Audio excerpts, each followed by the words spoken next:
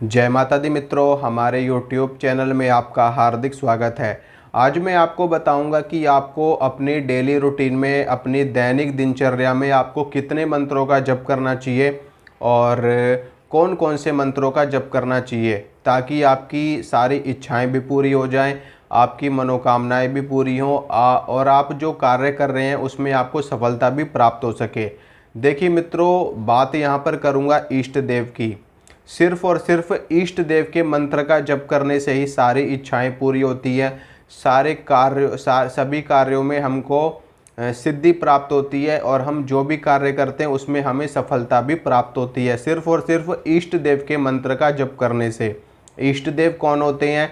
इष्ट देव वो होते हैं जिनके अंदर हमारी रुचि सबसे ज़्यादा होती है, यानी कि जिस भी देवी के अंदर या जिस भी देवता के अंदर आपकी रुचि सबसे ज़्यादा है वही आपके इष्ट देव हैं, और उन्हीं की साधना आराधना भक्ति आपको करनी चाहिए, उन्हीं के मंत्र का जप करना चाहिए, ताकि आपको हर कार्य में सफलता प्राप्त हो सके। आप जिस भी कार्य में हाथ डालें उस कार्य में आपको सिद्धता हासिल हो जाए, वो कार्य आपका सिद्ध हो जाए। ठीक है। अगर आप मान लीजिए आप कई सारे देवी देवताओं की साधना करेंगे, कई सारे देवी देवताओं के मंत्रों का जप करेंगे, तो आप एक माया जाल में फंस जाएंगे।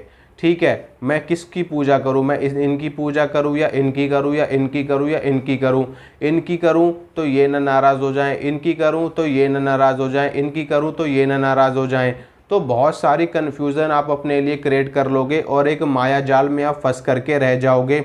आप सिर्फ और सिर्फ यही खोजते रह जाओगे कि मुझे किसकी पूजा करनी चाहिए और किसकी नहीं करनी चाहिए।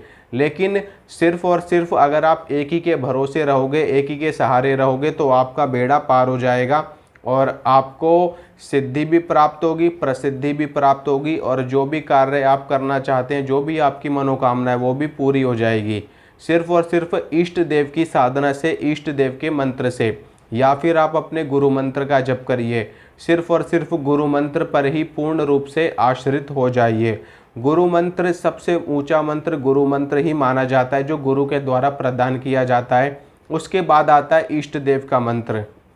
ठीक है, इष्ट देव का मंत्र हो और या फिर गुरु मंत्र हो, इन दोनों मंत्रों के जप से ही सारे कार्य सिद्ध हो जाते हैं, सभी इच्छाएं पूरी हो जाती हैं और जो भी हम चाहते हैं वो अपने जीवन में प्राप्त कर लेते हैं। तो आपको भी यही करना है, सिर्फ और सिर्फ अपने इष्ट देव की सेवा करनी है। अगर आप सबकी सेवा में लग जाओगे तो आप फंस जाओगे, आप कन्फ्यूज हो जाओगे, आपको नहीं समझ में आएगा कि क्या करना है, कैसे करना है। और एक साधे सब सधे, सब साधे सब जाए। ठीक है, इसलिए एक की साधना करोगे तो सब सध जाएंगे, एक की सिद्धि करोगे तो सबकी सिद्धि अपने आप ही प्राप्त हो जाती है। तो सिर्फ और सिर्फ एक पर आश्रित होना है आपको, एक ही की साधना करनी है, एक ही की उपासना करनी है, एक ही की भक्ति करनी है, वहीं से आपको सब कुछ प्राप्त हो जाएगा।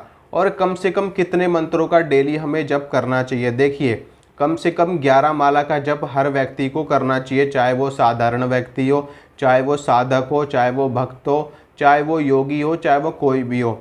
कम से कम 11 माला का जप करना ही चाहिए। अगर आपका मंत्र वैदिक है या फिर तंत्रोक्त है, अगर शाबर मंत्र है तो एक शाबर मंत्र की एक माला रोज की पर्याप्त होती है, और वैदिक और तंत्रोक्त मंत्र की 11 माला काफ़ी होती है।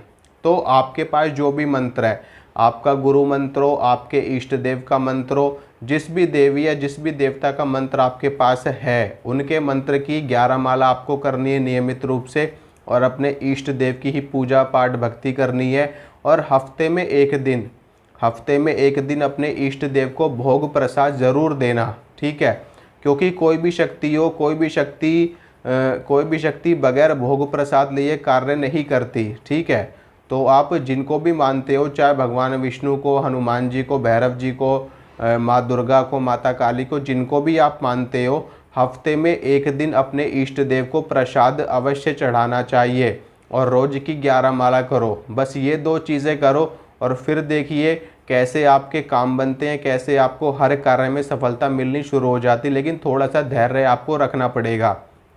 ऐसा नहीं है कि आज आपने अपनी साधना चालू करी और सिर्फ 10-12 दिन बाद ही आप बोलने लगो कि हमारा तो काम ही नहीं हो रहा। इसमें थोड़ा सा आपको धैर्य रखना पड़ेगा।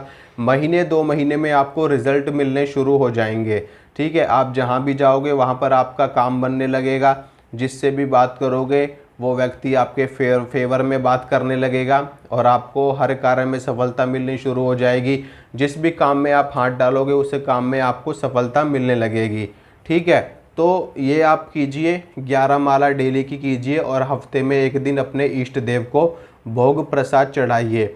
इसके अलावा अगर आप कुछ करना चाहते हैं दूसरी चीज़, तो वो है अपने पितरों के निमित्त अमावस्या के दिन, हर अमावस्या को अपने पितरों के निमित्त खीर, पूड़ी, सब्जी, हलवा या जो भी आप बना सकते हो, ये सारा भोग प्रसाद बना करके अपने पितरों के लिए एक थाली निकालिए और 11 रुपए की दक्षिणा उनके नाम से निकालिए।